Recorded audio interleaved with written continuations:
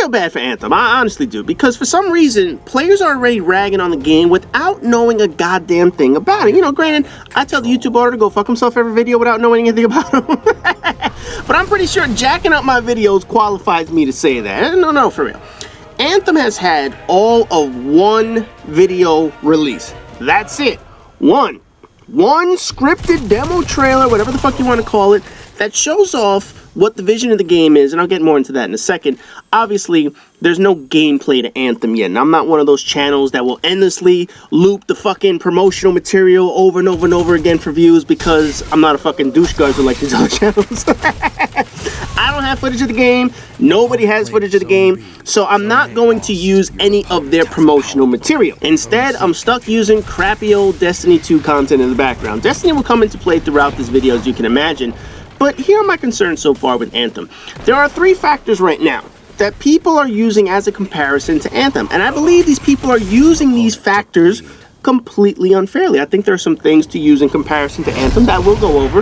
But for whatever reason, asshole players are giving Anthem shit because of things that are somewhat out of their control. Now, I'll go into detail of each, but the main things that people are pointing out are EA being its publisher and the fiasco over the loot crates and microtransactions, the issues that Destiny 1 and mainly Destiny 2 have had, and what happened with Mass Effect Andromeda. And each one of these factors are completely unfair to Anthem for reasons that whiny ass bitch players are cunt raging about. So let's kick off things with everyone's favorite punching bag, EA. It's already widely known about Star Wars Battlefront, the loot crate debacle. They put all the content in the game in the fucking loot crates, gave absolutely awful drop rates to convince people to buy more loot crates, and they ended up having to remove that system because they realized it was fucked up. It was all about money. It was all about getting people addicted to gambling. I'm not going to focus on the loot crate practice, but people will overwhelmingly agree it was a shitty idea. It was about money, and fans hated that shit where you have to put all the content in these gambling loot crates. EA is known for colossal fuck-ups, including twice being voted the most hated company in America.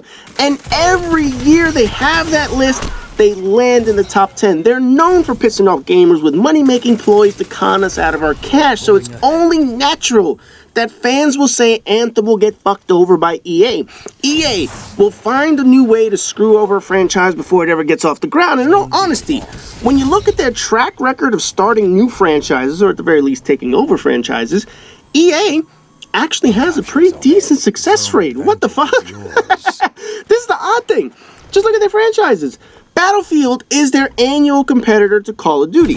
EA has sports licenses exclusive to football, hockey, and they make the most popular of all games, FIFA. They also have UFC within their portfolio of sports, and they used to do NCAA football games until all the lawsuits against the AA from athletes started. Star Wars, Mass Effect, Need for Speed, Rock Band, The Sims, Dead Space, SSX are all under their umbrella that they either started or they bought out.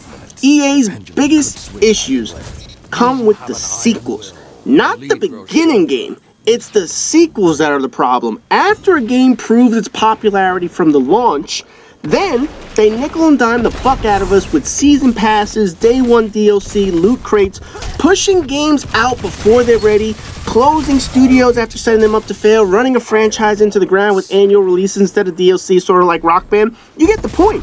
They know how to start a franchise. It's the milking of that motherfucker afterwards that comes into problems.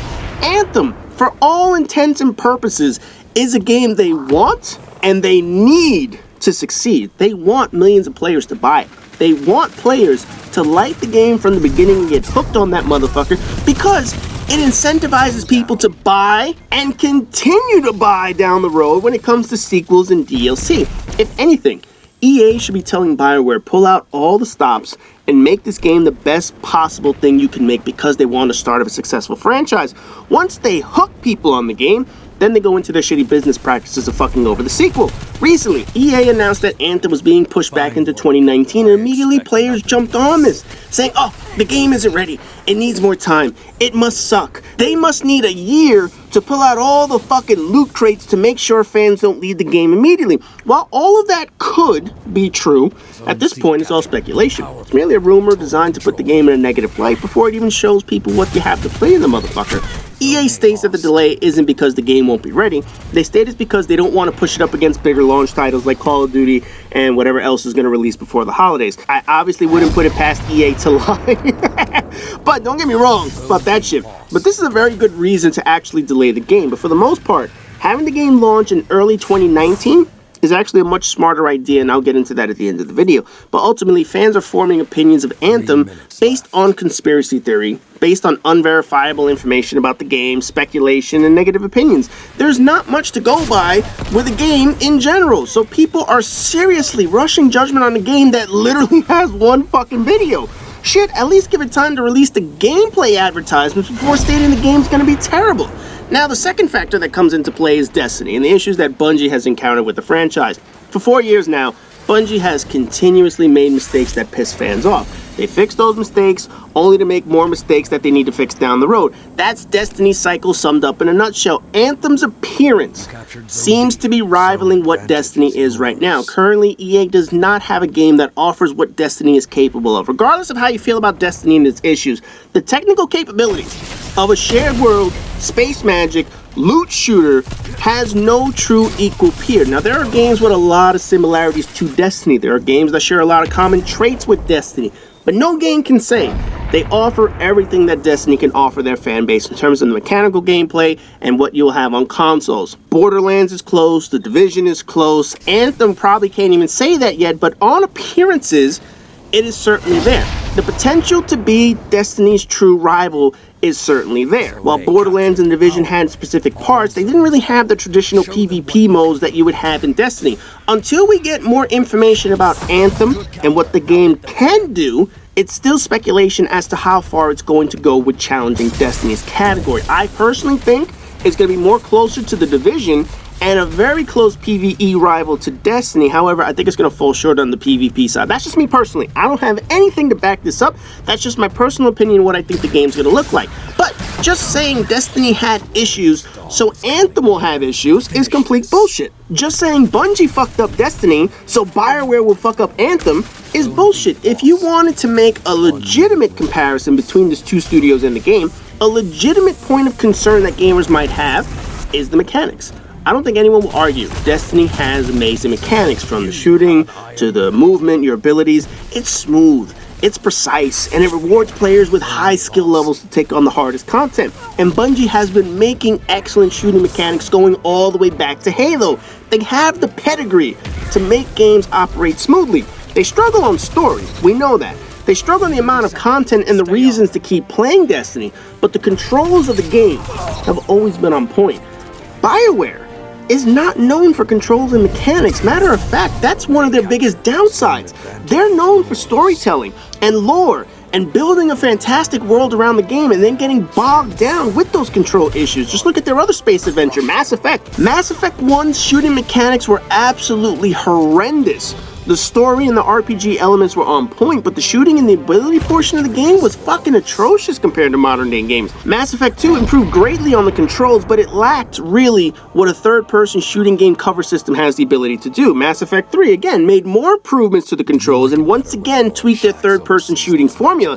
It actually felt a lot closer to a third-person shooter that time around, but it was still behind some of the other games. They were on the right path, but they have yet to be that company that has the best third-person mechanics. Shit, The Division honestly had top-notch controls, and Massa didn't have 3 attempts so far to make a mechanically superior game. They just knocked it out on their first try. BioWare is still trying to reach that mechanical superiority. Bungie's biggest advantage is they have always set the bar very high for first-person shooter games. Always. Every iteration of Halo brought something new that all other competitors would try to copy into their games. Destiny has been no different with their movement and their shooting mechanics. I don't think BioWare is going to match them on that front. Storytelling is their bread and butter. Developing a complex world and a backstory is their specialty. That's something Bungie can't compete with. Shooting mechanics? Not so much. So Anthem is really a Destiny challenger, and it's supposed to be a weekly, repetitive ritual of playing the same kinds of content for rewards without much of the way of story getting into it. They might be in trouble. Their mechanics have to be on point. Their mechanics have to be top-notch for people to want to continue playing it, and I have not seen that from BioWare yet, so you have to wonder whether or not that's one of the problems this game might have. Now, the final thing that people are holding against BioWare Mass Effect Andromeda. And this is total bullshit. For starters, Mass Effect Andromeda was not created by this team that's working on Anthem. BioWare has multiple teams, and the studio that actually worked on Andromeda was slapped together from a support group. At no point did that studio ever create a full game, and they were put in charge of Andromeda with help from a second support studio. The main Edmonton BioWare team was working on Anthem while Andromeda was shitting itself with people's fucking tired faces falling off and shit. Oh man, all those goddamn awful animations. Anyway, you can't sit here and blame all of BioWare for the problems that Andromeda had if the main people did not work on that game. Do people blame Sledgehammer and Treyarch for Infinity Warfare being a colossal fuck up? No, you blame Infinity Ward. Do you blame the EA Sports studio who work on Madden and FIFA for NBA Live and that thing being a piece of shit compared to NBA 2K? No, you don't do that. The original trilogy of Mass Effect was from the main studio at BioWare, and while people will certainly and rightfully make a case that the ending of Mass Effect 3 was pretty fucked up, the people responsible for Anthem are not the same people that created Andromeda. At the same time, as I was just saying in the prior issue, the team that improved Mass Effect 3's gun system and mechanics, the team that got Mass Effect 1 all the way to Mass Effect 3, which was actually very close to a third-person shooter game, are the team that's now responsible for Anthem. And that's probably the best crew that can take over BioWare's mechanical portion to show how Anthem needs to play. Now, on the flip side of things, I do have concerns for this game, but they're not related to all these fucking things that other people are ragging on.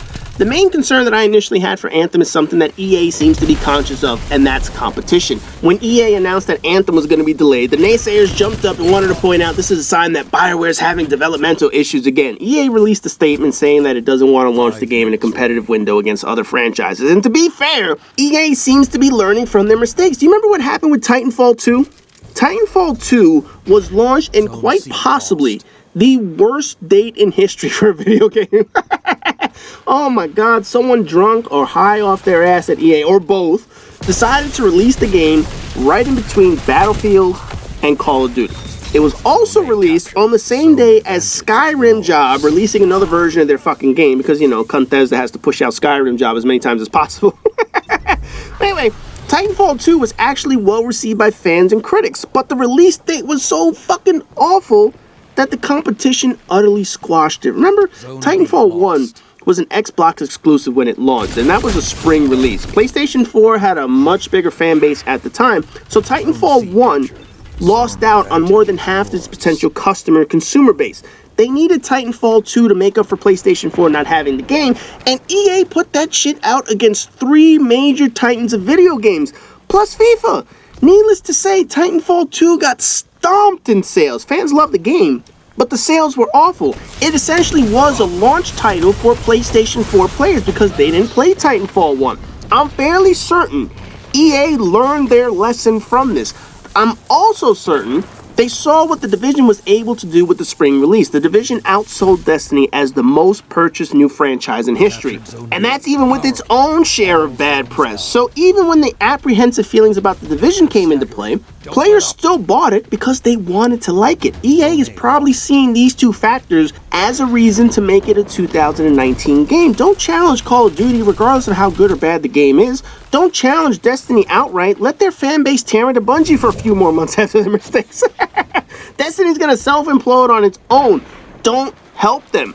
Let Battlefield be the next major installment of EA's fall flagship game to make sales, and then have Anthem swoop in when the gaming scene is much slower and there's less competition pulling people away from certain games. Prior to EA making the decision to move the game, I honestly thought this game was heading for a Titanfall 2 type failure by launching in a time frame bound to get stumped.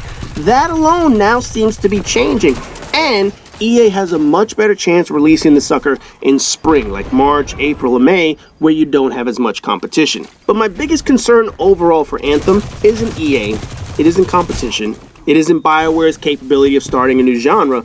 It's actually the toxic part of the gaming community that wants to see this fail. You know, a lot of people have seen some of the games over the past couple of years, whether it's been Destiny, whether it's been The Division, Battlefront, you name it. There have been a lot of games that have really fallen short of expectations. A lot of that has to do with how studios have managed the game. A lot of that has to do with how Activision and EA have managed their portion of the game.